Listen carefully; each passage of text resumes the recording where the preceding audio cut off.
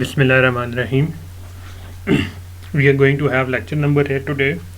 That is basically digital polar representation of sinusoidal signals.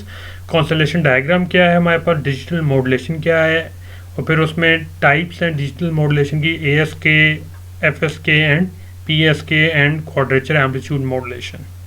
ये सारी की सारी हम डिटेल में देखेंगे आज. So the first thing that we need to see is the polar representation of sinusoid. सो अगर मैं किसी भी साइनसॉइडल सिग्नल की बात करूं तो साइनसॉइडल सिग्नल के अंदर मेरे पास 3 पैरामीटर हैं जो कि हम पहले एनालॉग मॉड्यूलेशन में भी देख चुके हैं कि आप जब भी किसी साइनसॉइड की बात करते हैं आपके पास 3 पैरामीटर हैं. पहला पैरामीटर है आपके पास एम्पलीट्यूड, दूसरा पैरामीटर है फ्रीक्वेंसी और तीसरा पैरामीटर है फेज. सो अगर मैं किसी भी साइनसॉइड को पोलर रिप्रेजेंटेशन में शो करना चाहता हूँ तो जनरली हम ये करते हैं कि हम एक सर्कल में बेसिकली एक सेंटर ऑफ द सर्कल लेंगे, उससे अगर हम एक ड्रॉ करें एक सर्टेन डिस्टेंस पे एक डॉट ड्रॉ करें तो the distance between the centre of the circle and this dot is basically the magnitude of that sinusoid. तो मैं किसी भी साइनसॉइड को रिप्रेजेंट करता हूँ with the length of a vector, जो कि वेक्टर बेसिकली मेरे पास, और उस वेक्टर का मैग्नीट्यूड डिफाइन करेगा कि ओवरऑल मेरे पास सिग्नल का एम्पलीट्यूड या साइनसॉइड का एम्पलीट्यूड क्या है. तो साइनसॉइड का एम्पलीट्यूड या मैग्नीट्यूड बेसिकली डिफाइन होगा डिस्टेंस फ्रॉम द सेंटर. दूसरा पैरामीटर फ्रीक्वेंसी था. तो frequency is basically the speed, जिस स्पीड से हमारे पास ये सर्कल ये डॉट इस सर्कल में रोटेट करेगा. तो ये फेजर जिस स्पीड से रोटेट कर रहा है, फेजर जिस फ्रीक्वेंसी से रोटेट कर रहा है, that is given as the frequency of this phasor. और अगर मैं पॉजिटिव एक्स एक्सिस जो कि 0 डिग्री है उससे एक फेज मेजर करूँ तो that is going to depict the phase of my sinusoid. तो मैं किसी भी साइनसॉइड को अगर रिप्रेजेंट करना चाहता हूँ in the form of polar representation, so I can represent its magnitude with a distance from the center जो कि magnitude की equal होगा. तो जितना distance ज़्यादा होगा it means उतना magnitude ज़्यादा या amplitude ज़्यादा है. जितनी speed से एंटी क्लॉकवाइज या क्लॉकवाइज ये फेजर मूव करेगा that would be the frequency of that phasor या that sinusoid. और जो फेज ये x एक्सिस से बनाएगा that would be basically the phase of your sinusoid. तो ओवरऑल मेरे पास 3 पैरामीटर पूरे हो जाते हैं, मैग्नीट्यूड, फेज एंड फ्रीक्वेंसी. सो इस पर्सपेक्टिव से अगर आप ये 4 डायग्राम देखें, it is basically the magnitude change. अगर मेरे पास एक फेजर जिसका लेंथ या मैग्नीट्यूड छोटा है, it is basically depicting the smaller amplitude, और दूसरा डिपेक्ट कर रहा है लार्जर एम्पलीट्यूड. अगर मैग्नीट्यूड और फेज चेंज की बात करें तो हम बेसिकली ये सारी की सारी सिचुएशन को देख रहे हैं. और अगर हम फ्रीक्वेंसी चेंज की बात करें तो बेसिकली हम रोटेशन को देख रहे हैं. और इस तरह सिर्फ हम फेज चेंज की बात करें तो फेज चेंज इस सिचुएशन में आएगा हमारे पास. ये ज़रूरी इसलिए कि हम पोलर रिप्रेजेंटेशन ऑफ साइनसॉइड को यूज़ करते हैं to draw the constellation diagram. कि अगर मेरे पास कोई भी साइनसॉइडल सिग्नल मौजूद है तो साइनसॉइडल सिग्नल को मैं एज अ फेजर किस तरह से यूज़ कर सकता हूँ, और जो बेसिकली मेरे पास साइनसॉइड रिप्रेजेंट होगा in the form of phasor, I would call that the constellation diagram. तो ओवरऑल आपके पास कॉन्स्टलेशन डायग्राम कुछ इस तरह की बनती है जनरली. और constellation diagram basically phase shift keying में ज़्यादा यूज़ होती है, एम्पलीट्यूड शिफ्ट कीइंग में इतनी ज़्यादा हम यूज़ नहीं करते. But still we are going to see के ओवरऑल सिचुएशन क्या है हमारे पास. तो वापस आते हैं अपने ओरिजिनल टॉपिक की तरफ, दैट इज डिजिटल मॉड्यूलेशन. सो अगर मैं कंपेयर करूँ एनालॉग मॉड्यूलेशन को डिजिटल मॉड्यूलेशन के साथ तो प्रिंसिपल्स और बेसिक्स यहाँ पे भी सेम है. So what we are doing is basically we are going to change a parameter of an analog sinusoidal signal, और वो पैरामीटर 3 में से कुछ भी हो सकता है. It could be amplitude, it could be phase, it could be frequency. तो बेसिकली हम कर रहे हैं डिजिटल मॉड्यूलेशन में कि हम साइनसॉइडल कैरियर वेव का पैरामीटर चेंज करेंगे with respect to the modulating data. तो अगर मैं एनालॉग और डिजिटल मॉड्यूलेशन को कंपेयर करूं तो मैं पहले भी ये बता चुका हूँ क्लास में, लेक्चर में, कि एनालॉग और डिजिटल मॉड्यूलेशन में एक चीज़ कॉमन है और एक चीज़ डिफरेंट है. कॉमन चीज़ ये है कि एनालॉग मॉड्यूलेशन हो या डिजिटल मॉड्यूलेशन हो, हमारे पास कैरियर हमेशा कॉन्टीन्यूअस साइनसॉइडल सिग्नल ही होगा, एनालॉग सिग्नल होगा। और डिजिटल मॉड्यूलेशन में भी हमारे पास जो कैरियर है वो साइनसॉइडल कॉन्टीन्यूअस सिग्नल होगा, एनालॉग सिग्नल होगा। डिफरेंस ये एनालॉग और डिजिटल मॉड्यूलेशन में कि एनालॉग मॉड्यूलेशन में जो मॉड्यूलेटिंग सिग्नल है, जो मॉड्यूलेटिंग डेटा है वो एनालॉग होगा, और जो डिजिटल मॉड्यूलेशन में डेटा है वो डिजिटल होगा। सो एनालॉग और डिजिटल मॉड्यूलेशन एक एस्पेक्ट में सेम है कि दोनों में कैरियर सिग्नल जो है वो परफेक्टली एनालॉग है, और डिफरेंस ये है कि एनालॉग मॉड्यूलेशन में मॉड्यूलेटिंग डेटा एनालॉग होगा और डिजिटल मॉड्यूलेशन में मॉड्यूलेटिंग डेटा डिजिटल होगा। सो इससे पहले भी मैं ये डिस्कशन कर चुका हूँ कि जनरली हम एक पैरामीटर ही चेंज करते हैं, चाहे हम एनालॉग मॉड्यूलेशन कर रहे हैं चाहे हम डिजिटल मॉड्यूलेशन कर रहे हैं। लेकिन एक चीज़ जो मैंने पहले भी बताई है कि एक एक्सेप्शन है, डिजिटल मॉड्यूलेशन में हम एक टाइप ऑफ मॉड्यूलेशन ऐसी लेते हैं जिसमें हम एम्पलीट्यूड और फेज दोनों चेंज करते हैं। So starting of with digital modulation, हमारे पास डिजिटल मॉड्यूलेशन की 4 डिफरेंट टाइप्स हैं। If we are changing the amplitude of sinusoidal carrier with respect to digital data, so we call this amplitude shift keying. If we are changing the frequency of the sinusoidal carrier, we are basically doing the frequency shift keying. And if we are changing the phase of the sinusoidal, that is known as phase shift keying. And the exception or the only thing that is possible in digital modulation जो कि analog में exist नहीं करती है, that is quadrature amplitude modulation, where we are changing 2 parameters, one is amplitude, the other one is phase. तो हम amplitude as well as phase को vary कर रहे हैं quadrature amplitude modulation में।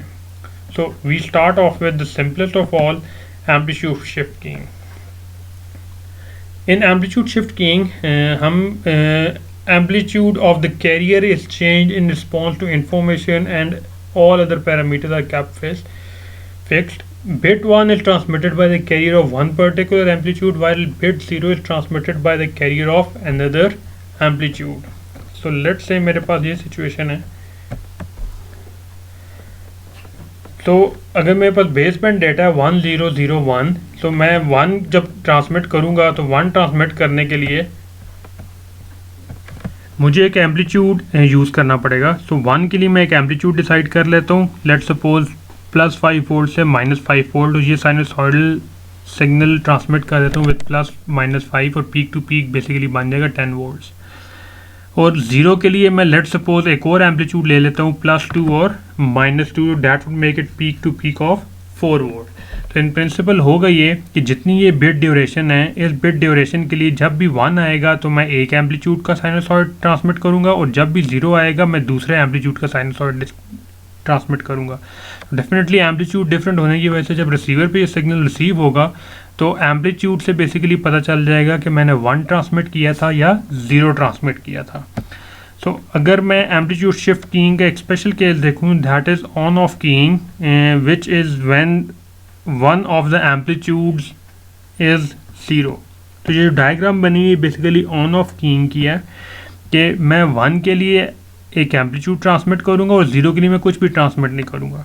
तो इन प्रिंसिपल जब मैं AS के मॉड्यूलेटेड सिग्नल को देख रहा हूँ और मैं ऊक यूज़ कर रहा हूँ which means on off keying, तो ऑन ऑफ कीइंग में basically it's just like a switch कि जब 1 होगा तो इट इज़ ऑन, जब 0 होगा तो it is of. So on off keying में बेसिकली आप ये यूज़ करते हैं कि जब आपके पास एक एम्पलीट्यूड 0 है तो तब आपके पास स्पेशल केस बनता है एम्पलीट्यूड शिफ्ट कीइंग का, that is known as on off keying.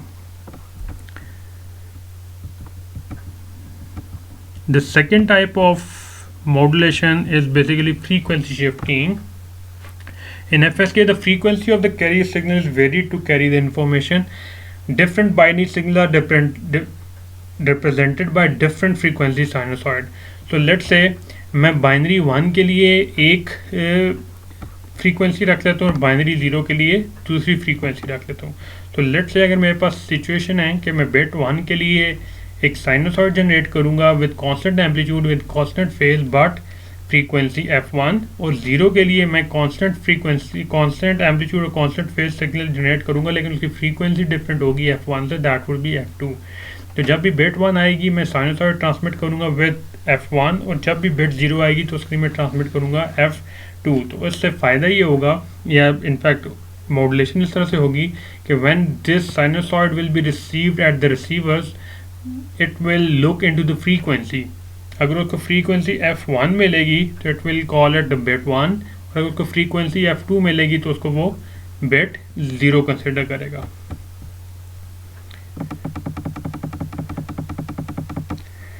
The third type of modulation is phase shift keying or PSK.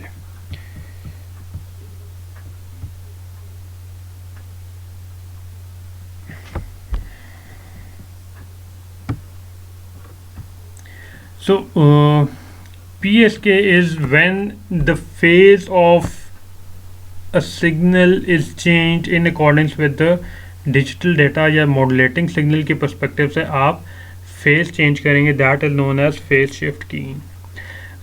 ASK और FSK में भी अभी जो हमने चीज़ें देखी थी वो सारी बाइनरी केसेस देखे थे, विच मीन्स कि मैं एक bit at a time transmit कर रहा हूँ, बिट 1 को एक एम्पलीट्यूड से रिप्रेजेंट कर रहा हूँ और बिट 0 को दूसरे एम्पलीट्यूड से रिप्रेजेंट कर रहा हूँ फॉर ASK, और बिट 1 को रिप्रेजेंट कर रहा हूँ एक फ्रीक्वेंसी से और बिट 0 को रिप्रेजेंट कर रहा हूँ दूसरी फ्रीक्वेंसी से इन FSK। ये बाइनरी केसेस थे। इसके अलावा हम मल्टी लेवल FSK और मल्टी लेवल ASK भी यूज़ कर सकते हैं, but most of the time वो हम यूज़ नहीं करते। लेकिन फेज शिफ्ट कीइंग में हम हायर ऑर्डर कॉन्स्टलेशन यूज़ करते हैं या higher order modulation scheme use करते हैं, दैट इज़ वेरी इंपॉर्टेंट। तो हम यहाँ पे फेज शिफ्ट कीइंग करते हुए बेसिकली देखेंगे कि हमारे पास different variants of phase shift keying क्या है। So phase shift keying is a type of modulation in which the phase of the carrier sinusoid is varied according to the digital data. And PSK uses the finite number of phases to represent single bits or unique combination of bits, and depending on the number of the bits represented by a phase, PSK has different variants known as MPSK. So MPSK में जो बिल्कुल basic है, the very first one is the binary phase shift keying और BPSK. So BPSK में basically होता ही है कि आप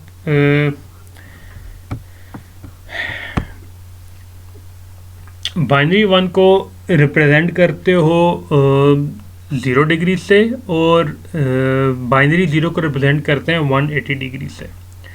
ये वाली सिचुएशन रिवर्स भी हो सकती है। कई लिटरेचर में आपको मिलेगा कि binary 0 is represented by 0 degrees and binary 1 is represented by 180 degree phase. तो अगर मेरे पास ओवरऑल सिचुएशन ये है कि मैं कॉन्स्टलेशन डायग्राम बनाऊँ for binary phase shift keying, situation मेरे पास ये है कि मैं एक कैरियर अगर जनरेट करूं और उसको एज अ फेजर रिप्रेजेंट कर रहा हूं तो डेफिनेटली इसकी फ्रीक्वेंसी कांस्टेंट है, तो मैं इसकी फ्रीक्वेंसी को चेंज नहीं कर रहा। इसका एम्पलीट्यूड कांस्टेंट है विच मीन्स सेंटर से इसका डिस्टेंस सेम है। The only thing that is changing in these two situation is the phase.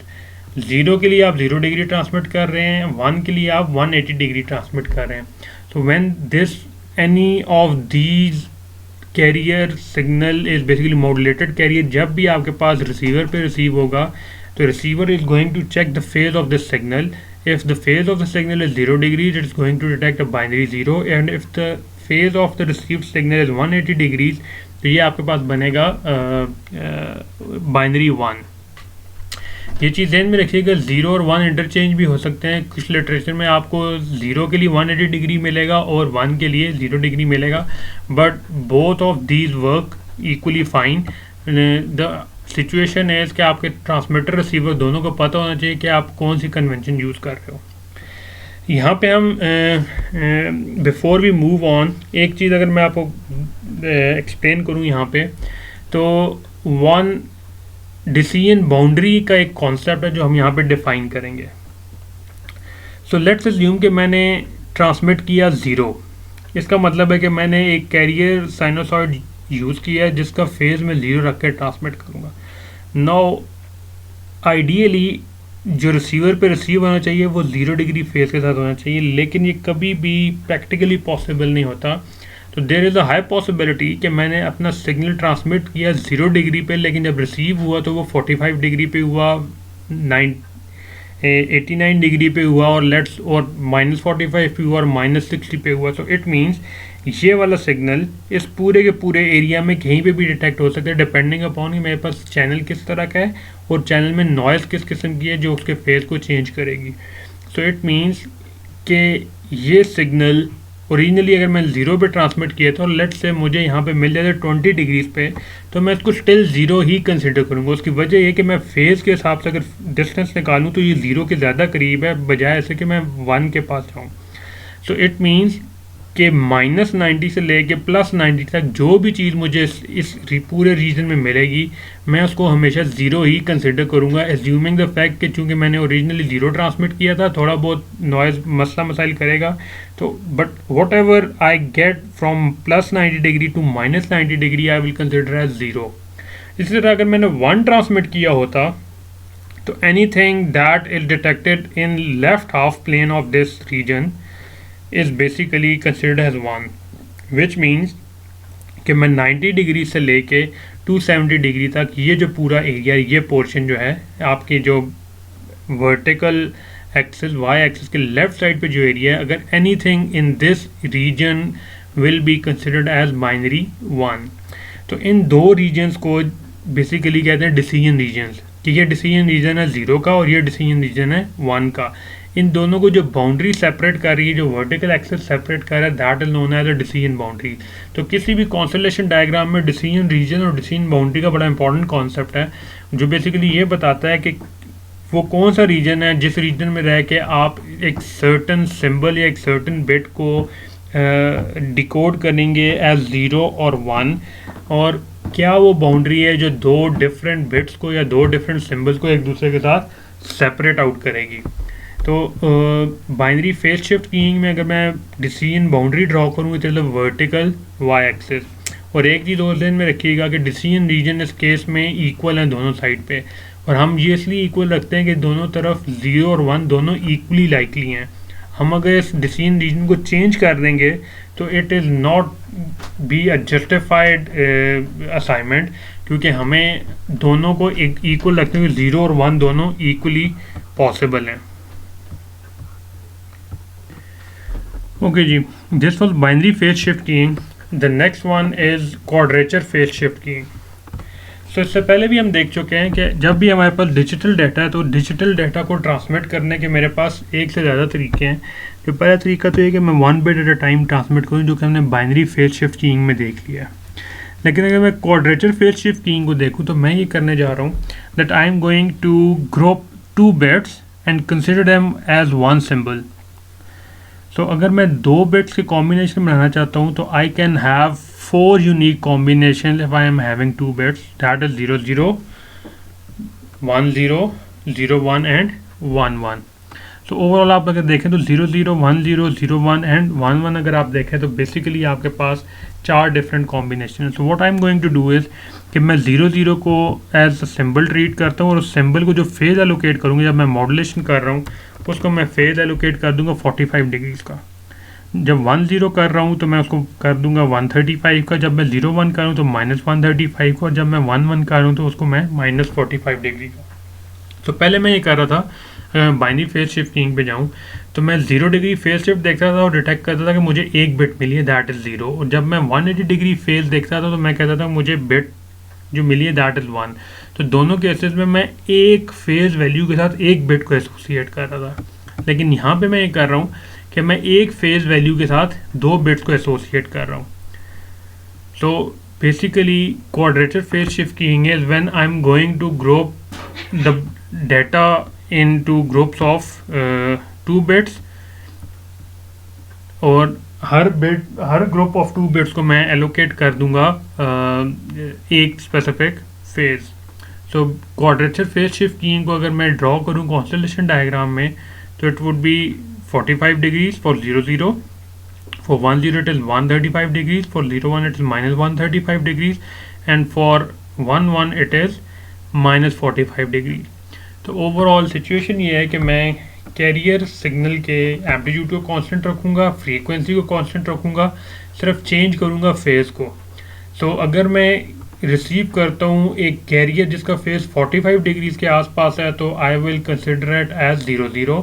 अगर उसका फेज़ है 135 के आसपास तो दैट वुड बी 1 0, और अगर उसका फेज़ है -135 तो आई विल कॉल इट 0 1, और अगर उसका फेज़ -45 के आसपास है तो मैं उसको 1 1 कहूँगा। तो अगर आप इस सिचुएशन में देखों तो मेरे पास डिसीजन रीजन्स 4 हैं और डिसीजन बाउंड्रीज टेक्निकली आपके पास बनेंगी वर्टिकल और हॉरिजॉन्टल एक्सेस दोनों डिसीजन बाउंड्री के तौर पे काम करेंगे। तो अगर मैं लेट सपोज इसको सिंबल 1 कहता हूँ, इसको सिंबल 2 कहता हूँ, इसको सिंबल 3 कहता हूँ और इसको सिंबल नंबर 4 कहता हूँ, तो सिंबल 1 का decision region is basically from 0 degree two plus 90 degree. तो ये वाला एरिया, ये जो रीजन है, जो फर्स्ट क्वाड्रेंट है, that is the decision region for symbol S1। जो सेकेंड क्वाड्रेंट है, that will be decision region for S2। Third quadrant would be decision region for S3 and fourth quadrant would be the decision region for S4। तो overall quadrature phase shift keying में हमारे पास 4 decision region हैं और उनके दरमियान definitely 2 boundaries vertical और horizontal exist कर रही हैं।